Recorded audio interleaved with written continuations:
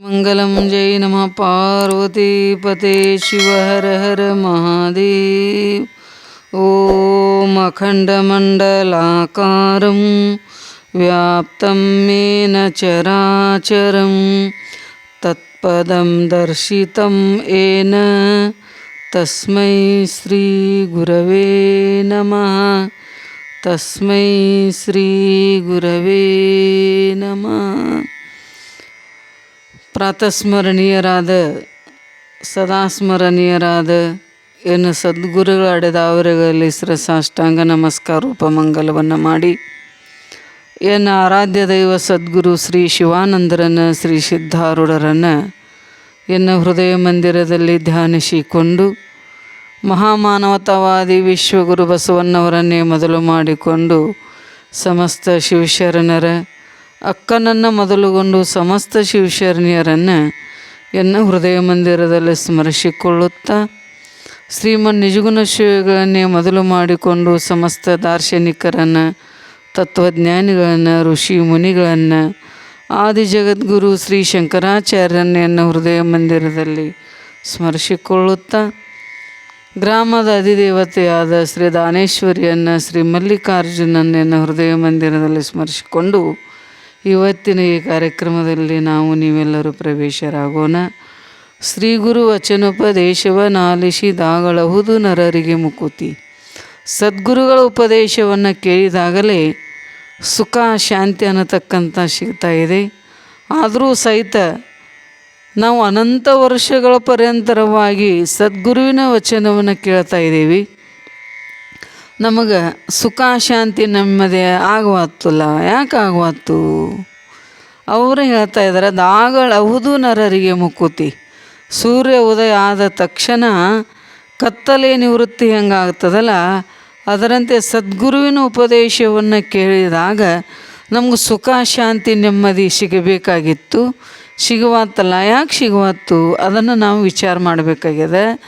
ಗುರುಗಳ ಉಪದೇಶಾನುಸಾರವಾಗಿ ನಮ್ಮ ಆಚರಣೆ ಅನ್ನತಕ್ಕಂಥದ್ದಿಲ್ಲ. ಗುರುವಿನ ಉಪದೇಶವನ್ನು ಕೇಳಿ ನಾವು ಅದರಂತೆ ನಡೀತಾ ಇಲ್ಲ, ಆದ್ದರಿಂದ ನಮಗೆ ಸುಖ ಇಲ್ಲ. ಅದಕ್ಕಾಗಿ ಗುರುಗಳು ಹೇಳ್ತಾ ಇದ್ದಾರೆ, ನಿಂಗೆ ಸುಖ ಶಾಂತಿ ನೆಮ್ಮದಿ ಸಿಗಬೇಕಾಗಿತ್ತಂದ್ರೆ ನೀನು ಮಾಡು, ದುರಿತ ಕರ್ಮವನ್ನೊಲ್ಲದಿರು ಪುಣ್ಯವನ್ನೇ ಮಾಡು. ನಿನಗೆ ಸುಖ ಸಿಗಬೇಕಾಗಿತ್ತಂದ್ರೆ ನೀನು ಮಾಡು, ದುರಿತ ಅಂದರೆ ಪಾಪ ಕರ್ಮವನ್ನು ಮಾಡಬೇಡ.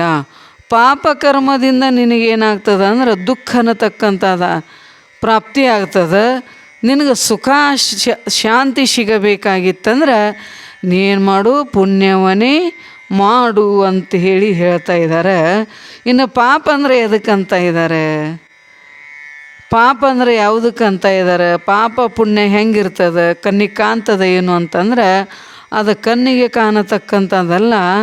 ಅದು ಏನು ಮಾಡಬೇಕಾಗಿದೆ ಅಂದ್ರೆ ಅನುಮಾನ ಪ್ರಮಾಣದಿಂದ ವಿಚಾರ ಮಾಡಿದಾಗ ಯಾರು ಎಷ್ಟು ದುಡಿದ್ರೂ ಎಷ್ಟು ಮಾಡಿದ್ರೂ ಸಹಿತ ದಾರಿದ್ರ್ಯತನ ಅನ್ನತಕ್ಕಂಥ ತಪ್ಪುವುದಿಲ್ಲ. ಅದು ಎದರ ಫಲ ಅಂದ್ರೆ ಪಾಪದ ಕರ್ಮ. ಯಾಕಂದ್ರೆ ಪೂರ್ವಜನ್ಮ ಕೃತಂ ಪಾಪಂ ದರಿದ್ರ ರೂಪೇಣ ಬಾಧಿತಂ. ಪೂರ್ವಜನ್ಮ ಕೃತಂ ಪಾಪಂ ವ್ಯಾಧಿ ರೂಪೇಣ ಬಾಧಿತಂ. ಪೂರ್ವಜನ್ಮದ ಕರ್ಮ ನಮ್ಮದು ಪಾಪ ಕರ್ಮ ಇತ್ತಂದ್ರೆ ವ್ಯಾಧಿ, ದರಿದ್ರತನ, ಬಡತನ, ರೋಗ ರುಜಿನಗಳಿಂದ ಕೂಡಿಕೊಂಡಿರ್ತಾ ಇದ್ದೇವೆ. ಪೂರ್ವಜನ್ಮದ ಪುಣ್ಯ ನಮ್ಮದು ಒಳ್ಳೆಯದಿತ್ತಂದ್ರೆ ನಮಗೇನಾಗ್ತದೆ ಅಂದ್ರೆ ನಮ್ಗೆ ಸುಖ ಅನ್ನತಕ್ಕಂಥ ಸಿಗ್ತಾ ಇದೆ.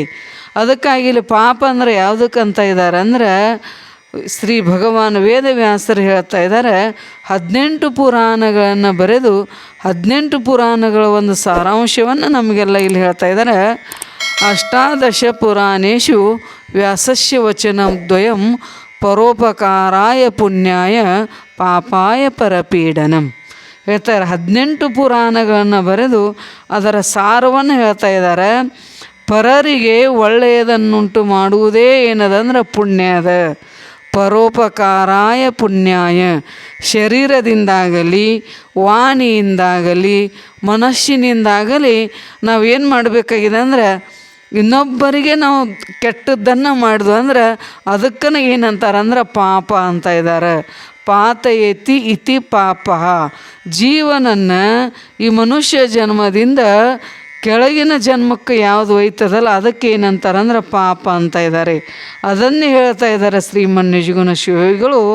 ಪಾಪಾನುಗುಣದಿಂದ ಗಿಡ ಮರ ಕ್ರಿಮಿಗಳ ರೂಪಾಗಿ ಕೀಟ ಪತಂಗಾದಿಯಾಗಿ ಅಪಕ್ಷಿ ಕುಲವಾಗಿ ಮೃಗಜಾತಿಯಾಗಿ ಮೇಲ ಪಶುರೂಪವಾಗಿ ಅಂತಂದಂಗೆ ನಾವು ಪಾಪಕರ್ಮವನ್ನು ಮಾಡುವುದರಿಂದ ಏನಾಗ್ತದೆ ಅಂದ್ರೆ ಮನುಷ್ಯ ಜನ್ಮಕ್ಕಿಂತ ಕೆಳಗಿನ ಜನ್ಮಗಳು ಪ್ರಾಪ್ತಿ ಆಗ್ತಾ ಇದ್ದಾವೆ. ಅಷ್ಟೇ ಅಲ್ಲ, ಪಾಪದ ಫಲ ಏನದಂದ್ರೆ ದುಃಖದ. ಅದಕ್ಕಾಗಿ ಇಲ್ಲಿ ಹೇಳ್ತಾ ಇದ್ದಾರೆ ಪಾಪ ಅಂದ್ರೆ ಯಾವುದಕ್ಕಂತ ಇದ್ದಾರೆ ಅಂದ್ರೆ ನಿಷಿದ್ಧ ಕ್ರಿಯಾಜನ್ಯಂ ಪಾಪಂ. ಗುರುಶಾಸ್ತ್ರಾದಿಗಳು ವೇದ ಭಗವತೆ ಯಾವುದನ್ನು ಮಾಡಬೇಡ ಅಂತ ಹೇಳಿದಳ ಅದನ್ನೇ ಮಾಡೋದಕ್ಕೆ ಏನಂತಾರೆ ಅಂದ್ರೆ ಅದನ್ನು ಮಾಡಬಾರ್ದಕ್ಕೆ ಅದಕ್ಕೇನಂತ ಇದ್ದಾರೆ ಪಾಪ ಅಂತ ಇದ್ದಾರೆ. ಇನ್ನು ಪಾಪ ಅಂದರೆ ಎದಕ್ಕಂತ ಅಂದ್ರೆ ದುಃಖ ಮೂಲಂ ಪಾಪಂ. ದುಃಖಕ್ಕೆ ಯಾವುದು ಮೂಲ ಆಗ್ಯದಲ್ಲ ಅದಕ್ಕೆ ಏನಂತಾರೆ ಅಂದ್ರೆ ಪಾಪ ಅಂತ ಇದ್ದಾರೆ. ಇನ್ನು ಪಾಪದ ವ್ಯಾಖ್ಯಾನವನ್ನು ಮತ್ತೊಂದು ಕಡೆ ಮಾಡ್ತಾ ಇದ್ದಾರೆ, ಹೀನ ಜನ್ಮ ಕಾರಣಂ ಪಾಪಂ. ಅಂದ್ರೆ ಮನುಷ್ಯ ಜನ್ಮಗಳಿಂದ ಕೆಳಗಿನ ಜನ್ಮಕ್ಕೆ ನಮಗೆ ಯಾವ ಕರ್ಮ ಒಯ್ತದ ಇಲ್ಲಲ್ಲ ಅದಕ್ಕೆ ಏನಂತಾರಂದ್ರೆ ಪಾಪ ಕರ್ಮ ಅನ್ನತಕ್ಕಂಥದ್ದಂತ ಇದ್ದಾರೆ. ನೀ ಆ ಪಾಪ ಕರ್ಮವನ್ನು ಮಾಡಬೇಡ, ದುರಿತ ಕರ್ಮವನ್ನು ನೀ ಮಾಡಬೇಡ. ದುರಿತ ಕರ್ಮದಿಂದ ನಿನಗೇನಾಗ್ತದೆ ಅಂದ್ರೆ ದುಃಖ ಪ್ರಾಪ್ತಿ ಆಗ್ತದೆ. ಅದಕ್ಕಾಗಿ ಅಂದ್ರೆ ಅವರು ಪರಮಾತ್ಮ ಸಾಧನವನ್ನು ಕೊಟ್ಟಿದ್ದಾನೆ, ಶರೀರವನ್ನು ಕೊಟ್ಟಿದ್ದಾನೆ, ಮನಸ್ಸನ್ನು ಕೊಟ್ಟಿದ್ದಾನೆ, ವಾಣಿಯನ್ನು ಕೊಟ್ಟಿದ್ದಾನೆ. ಅದರಿಂದ ನಾವು ಏನು ಮಾಡಬೇಕಂದ್ರೆ ಪರರಿಗೆ ಉಪಕಾರವನ್ನು ಮಾಡಬೇಕು. ಪರಮಾತ್ಮನ ಪ್ರೀತ್ಯರ್ಥವಾಗಿ ಕರ್ಮನೇ ಮಾಡಬೇಕೇ ವಿನಃ ನಾವು ಪಾಪ ಕರ್ಮವನ್ನು ಮಾಡುವುದರಿಂದ ಅದರಿಂದ ಏನಾಗ್ತದೆ ಅಂದ್ರೆ ನಮಗೆ ದುಃಖ ಆಗ್ತಾಯಿದೆ. ಅದಕ್ಕಾಗಿ ಸದ್ಗುರುನಾಥರು ನಮಗೆ ಹೇಳ್ತಾ ಇದ್ದಾರೆ, ದುರಿತ ಕರ್ಮವನ್ನೊಲ್ಲದಿರು. ನೀನು ಮಾಡೋಕ್ಕೆ ಹೋಗಬೇಡ, ಪಾಪ ಕರ್ಮವನ್ನು ಮಾಡಬೇಡ. ಪಾಪದ ಫಲ ಏನದಂದ್ರೆ ದುಃಖದ. ಅದಕ್ಕಾಗಿ ಹೇಳ್ತಾ ಇದ್ದಾರೆ ಅವರು ಪಾಪ ಅಂದ್ರೆ ಮತ್ತು ಹೇಳ್ತಾ ಇದ್ದಾರೆ ಪರಮಾತ್ಮನ ಕೃಪೆ ನಮಗಾಗೋದಿಲ್ಲ. ಪರಮಾತ್ಮನ ಕೃಪೆ ನಮಗೆ ಆಗಬೇಕಾಗಿತ್ತಂದ್ರೆ ನಮ್ಮಲ್ಲಿ ಏನು ಬೇಕ್ರಿ ಪುಣ್ಯದ ಅಂಶ ಇರಬೇಕಾಗ್ತದೆ. ಅದನ್ನೇ ಹೇಳಿದ್ರು, ಪುಣ್ಯವನ್ನೇ ಮಾಡು. ಪುಣ್ಯದಿಂದ ಏನಾಗತ್ತದ ಅಂದ್ರೆ ನಿನಗೆ ಸುಖ ಅನ್ನತಕ್ಕಂಥ ಸಿಗ್ತಾ ಇದೆ. ಪಾಪದಿಂದ ಏನಾಗ್ತದೆ ಅಂದ್ರೆ ದುಃಖ ಅನ್ನತಕ್ಕಂಥ ಸಿಗ್ತಾ ಇದೆ. ನಿನಗೆ ಪರಮಾತ್ಮನ ಪ್ರಾಪ್ತಿಯಾಗಿ ನಿಜವಾದ ಸುಖ ಅನ್ನತಕ್ಕಂಥದ್ದು ಸಿಗಬೇಕಾಗಿತ್ತಂದ್ರೆ ನೀನು ಮಾಡು, ಪಾಪ ಕರ್ಮವನ್ನು ಮಾಡಲಿಕ್ಕೆ ಹೋಗಬೇಡ. ಪಾಪದ ಫಲ ಏನಾಗ್ತದೆ ಅಂದ್ರೆ ದುಃಖದ. ಅದನ್ನೇ ಶ್ರೀಮನ್ ನಿಜಗುಣ ಶಿವಯೋಗಿಗಳು ಹೇಳ್ತಾ ಇದ್ದಾರೆ, ದುರಿತ ಎಳ್ಳೆನಿತಾದರೂ ನೀತಿ ಗಳೆದುವುದೇ ಚಂದಮಂ. ಎಳ್ಳಿನಷ್ಟು ಪಾಪ ಇದ್ರೂ ಸಹಿತ ನಾವು ಅದನ್ನು ಮಾಡಬಾರದು. ಆ ಪಾಪದ ಫಲವನ್ನೇ ನಾವು ಭೋಗಿಸ್ಬೇಕಾಗ್ತದೆ. ಅದಕ್ಕಾಗಿ ನೀ ಪಾಪವನ್ನು ಮಾಡಬೇಡ. ಅದನ್ನೇ ಬಸವಣ್ಣಪ್ಪ ಹೇಳ್ತಾ ಇದ್ದಾನೆ, ಕಳಬೇಡ. ಸಂಕ್ಷಿಪ್ತದಲ್ಲಿ ಹೇಳ್ತಾ ಇದ್ದಾನೆ, ನೀ ಕಳ್ಳತನವನ್ನು ಮಾಡಬೇಡ, ಕೊಲ್ಲಬೇಡ. ಶರೀರದಿಂದಾಗಲಿ ಮನಸ್ಸಿನಿಂದಾಗಲಿ ವಾಣಿಯಿಂದಾಗಲಿ ಇನ್ನೊಬ್ಬರ ಮನಸ್ಸನ್ನು ನೀ ನೋಯಿಸಬೇಡ. ಹುಸಿಯ ನುಡಿಯಲು ಬೇಡ, ಸುಳ್ಳನ್ನು ಮಾತನಾಡಬೇಡ, ಮುನಿಯಬೇಡ, ಅನ್ಯರಿಗೆ ಅಸಹ್ಯ ಪಡಬೇಡ, ತನ್ನ ಬನ್ನಿಸಬೇಡ, ಇದಿರು ಹಳೆಯಲು ಬೇಡ. ಇದೇ ಅಂತರಂಗ ಶುದ್ಧಿ, ಇದೇ ಬಹಿರಂಗ ಶುದ್ಧಿ. ಇದನ್ನು ನೀವು ಮಾಡಬೇಡ. ಇದರಿಂದ ನಿನಗೇನಾಗ್ತದೆ ದುಃಖ ಅನ್ನತಕ್ಕಂಥದ್ದಾಗ್ತದೆ. ದುಃಖದಿಂದ ಏನಾಗ್ತದೆ ನಿನಗೆ ತ್ರಾಸ ಆಗ್ತದೆ. ನಿಂಗೆ ಸುಖ ಶಾಂತಿ ಅನ್ನತಕ್ಕಂಥ ಸಿಗಬೇಕಾಗಿತ್ತಂದ್ರೆ ನೀನು ಮಾಡು, ಪುಣ್ಯವನ್ನೇ ಮಾಡು.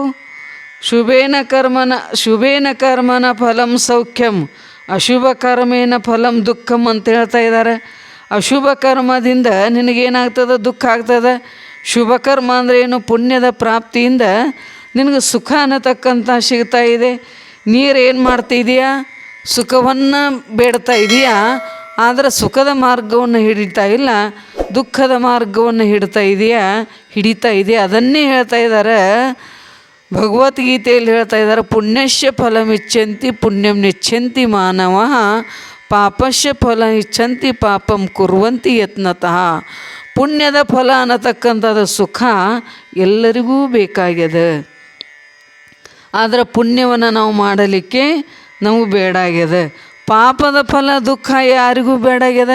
ಆದರೆ ಪಾಪವನ್ನು ಏನು ಮಾಡ್ತಾ ಇದ್ದಾನೆ? ಪ್ರಯತ್ನದಿಂದ ಮನುಷ್ಯ ಮಾಡ್ತಾ ಇದ್ದಾನೆ. ಅದಕ್ಕಾಗಿ ನಿನಗೆ ಸುಖ ಆಗಬೇಕಾಗಿತ್ತಂದ್ರೆ ಏನು ಮಾಡು? ಪಾಪ ಕರ್ಮವನ್ನು ತ್ಯಾಗ ಮಾಡು, ಪುಣ್ಯವನ್ನು ಪ್ರಾಪ್ತಿ ಮಾಡ್ಕೊ. ಪುಣ್ಯವನ್ನು ಪ್ರಾಪ್ತಿ ಮಾಡ್ಕೊಂಡೆ ಅಂದ್ರೆ ನಿನಗೇನಾಗ್ತದೆ? ಸುಖ, ಶಾಂತಿ, ನೆಮ್ಮದಿ ಅನ್ನತಕ್ಕಂಥ ಸಿಗ್ತಾ ಇದೆ. ಪರಮಾತ್ಮ ಅಮೂಲ್ಯವಾಗಿರತಕ್ಕಂಥ ಈ ಮನುಷ್ಯ ಜನ್ಮವನ್ನು ಕೊಟ್ಟಿದ್ದಾನೆ. ಅದು ಎದಕ್ಕೆ ಕೊಟ್ಟಿದ್ದಾನಂದ್ರೆ ಪಾಪಗಳಿಂದ ಬಿಡುಗಡೆಯನ್ನು ಹೊಂದಿ ನಿಷ್ಕಾಮ ಪುಣ್ಯವನ್ನು ಮಾಡಿ ಪರಮಾತ್ಮನ ಪ್ರಾಪ್ತಿಗೋಸ್ಕರವಾಗಿ ಕೊಟ್ಟಿದ್ದಾನೆ. ಅದನ್ನು ಬಿಟ್ಟು ನೀ ಏನು ಮಾಡ್ತಾ ಇದೀಯಾ? ಪಾಪವನ್ನು ಮಾಡ್ತಾ ಇದೀಯಾ. ಪಾಪ ಅಂದರೆ ಯಾವುದಕ್ಕಂತ ಇದ್ದಾರೆ? ಅದನ್ನು ಹೇಳ್ತಾ ಇದ್ದಾರೆ ಶ್ರೀಮನ್ ನಿಜಗುಣ ಶ್ರೀಗಳು. ನೀವು ಪರಮಾತ್ಮ ಹೆಂಗೆ ಒಲಿತಾ ಇದ್ದಾನೆ? ತ್ರಿಕರಣಗಳಿಂದ ನೀ ಏನು ಮಾಡ್ತಾ ಇದೀಯಾ? ಪಾಪವನ್ನು ಮಾಡ್ತಾ ಇದೀಯಾ. ಹೇಳಿಲ್ಲವ್ರು, ಎಂತೊಲಿವನೋ ತನಗಿನ್ನೆಂತೊಲಿವನೋ ಕರ್ಣತ್ರಯದ ದೋಷ ಮೀರೆ ಕಂತು ಕಾಲ ಪುರವೈರಿ ಗುರು ಶಂಭುಲಿಂಗ ತನಗಿನ್ನೆಂತೊಲಿವನು. ಹೆಂಗೆ ಒಲಿತಾ ಇದ್ದಾನೆ? ಕರ್ಣ ಅಂದ್ರೇನು? ಸಾಧನ. ತ್ರಯ ಅಂದರೆ ಎಷ್ಟು? ಮೂರು ಸಾಧನಾದಿಗಳಿಂದ ನೀ ಪಾಪವನ್ನು ಮಾಡ್ತಾ ಇದೀಯಾ. ಶರೀರ, ವಾಣಿ, ಮನಸ್ಸಿನಿಂದ ಪಾಪವನ್ನು ಮಾಡಿ ನೀ ಪುಣ್ಯದ ಫಲವನ್ನು ಅಪೇಕ್ಷೆ ಮಾಡ್ತಿದೀಯಾ. ನಿನಗೆ ಸುಖ ಹೆಂಗೆ ಸಿಗಲಿಕ್ಕೆ ಸಾಧ್ಯದ? ಶರೀರದಿಂದ ಪಾಪವನ್ನು ಮಾಡ್ತಾ ಇದೀಯಾ.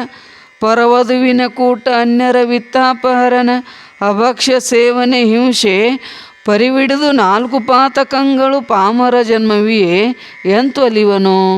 ಶರೀರದಿಂದ ಪರವಧುವಿನ ಕೂಟವನ್ನು ಮಾಡ್ತಾ ಇದೆಯಾ. ಅನ್ಯರ ಸಂಪತ್ತನ್ನು ಹರಣ ಮಾಡಬೇಕನ್ನತಕ್ಕಂಥದ್ದನ್ನು ಶರೀರದಿಂದ ಮಾಡ್ತಾ ಇದೆಯಾ. ತಿನ್ನಬಾರ್ದನ್ನು ತಿಂತಾ ಇದೆಯಾ. ಕುಡಿಬಾರ್ದನ್ನು ಕುಡಿತಾ ಇದೆಯಾ. ಇನ್ನೊಬ್ಬರಿಗೆ ಹಿಂಸೆಯನ್ನು ಶರೀರದಿಂದ ಮಾಡ್ತಾ ಇದೆಯಾ.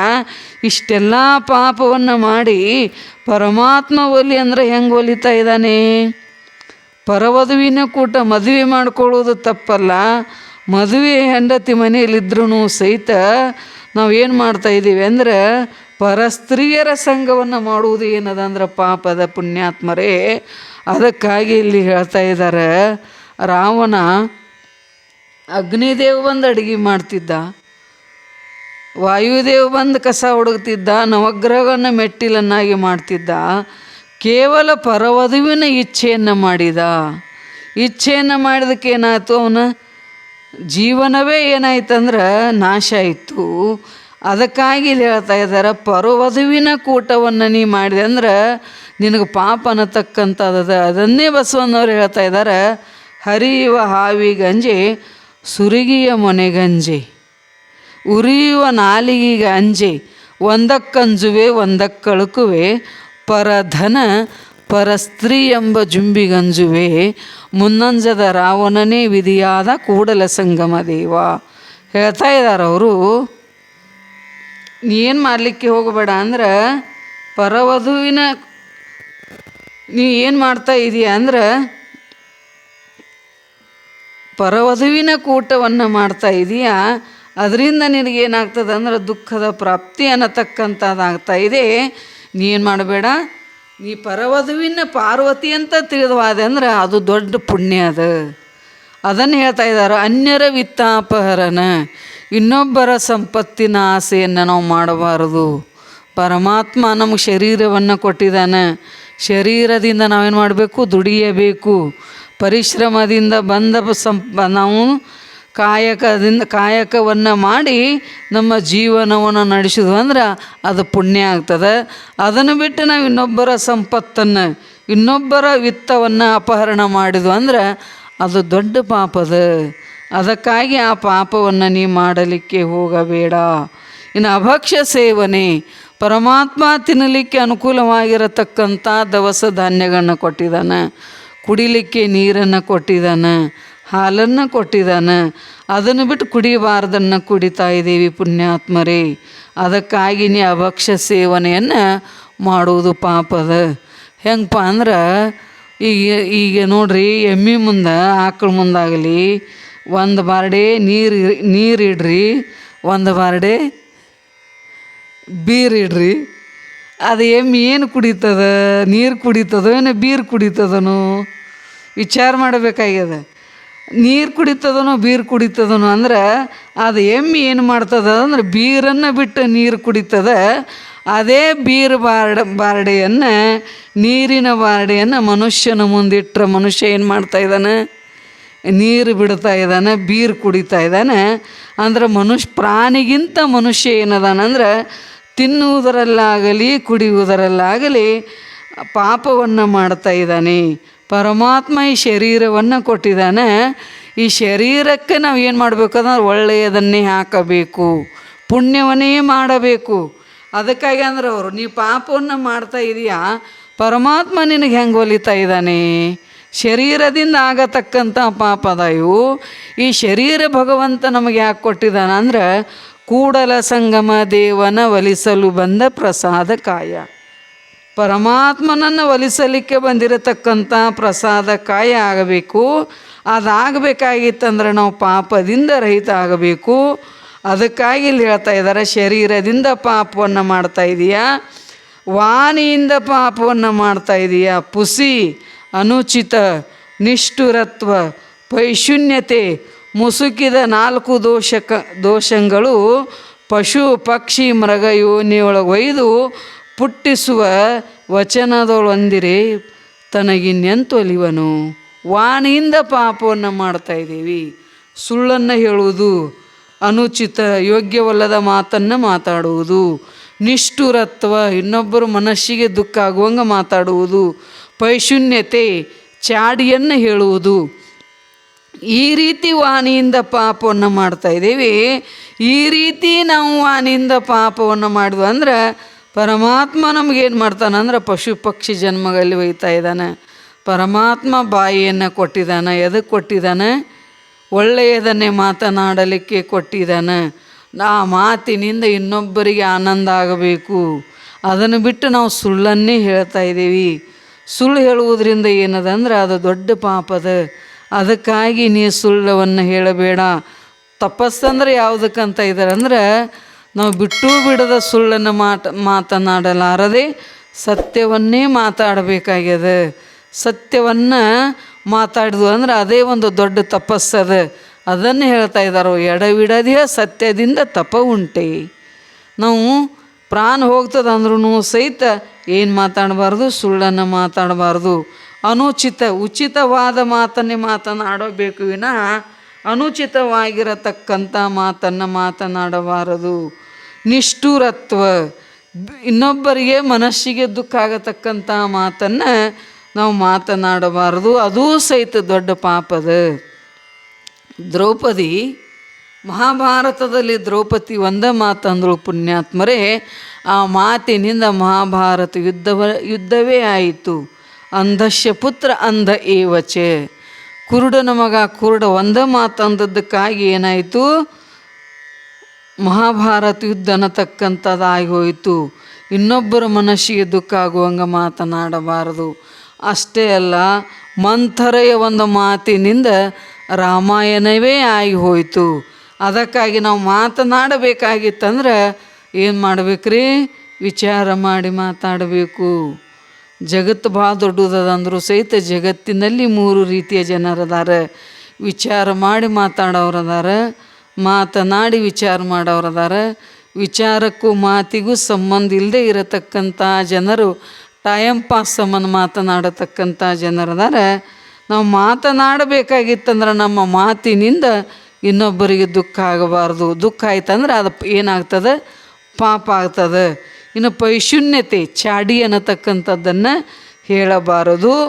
ಇವೇನದಾವಂದ್ರೆ ಮಾತಿನಿಂದ ವಚನದಿಂದ ಆಗತಕ್ಕಂಥ ಪಾಪ ಅದಾವ. ಇನ್ನು ಮನಸ್ಸಿನಿಂದ ಆಗತಕ್ಕಂಥ ಪಾಪ ಇದಾವ. ಜನರೊಲಿಯದ ಕಾರ್ಯದೆರಕ, ಅನಿಷ್ಟ ಚಿಂತನೆ, ಅನ್ಯಧನ ಸತಿಯರ ಆಕಾಂಕ್ಷೆ ಎನಿಸುವ 4 ದುರಿತ ಜನನ ಇವಿಯೇ ಮನದೊಳು ಅಂದಿರೆ ಗುರು ಶಂಭುಲಿಂಗ ತನಗಿನ್ನೆಂತೊಲಿವನು. ಮನಸ್ಸಿನಿಂದ ಪಾಪವನ್ನು ಮಾಡ್ತಾ ಇದ್ದೀವಿ. ಜನರೊಲಿಯದ ಕಾರ್ಯದೆರಕ, ಜನರು ಒಲಿಯದೇ ಇರತಕ್ಕಂಥ ಕಾರ್ಯವನ್ನು ಮನಸ್ಸಿನಲ್ಲಿ ಚಿಂತನವನ್ನು ಮಾಡ್ತಾಯಿದ್ದೀವಿ.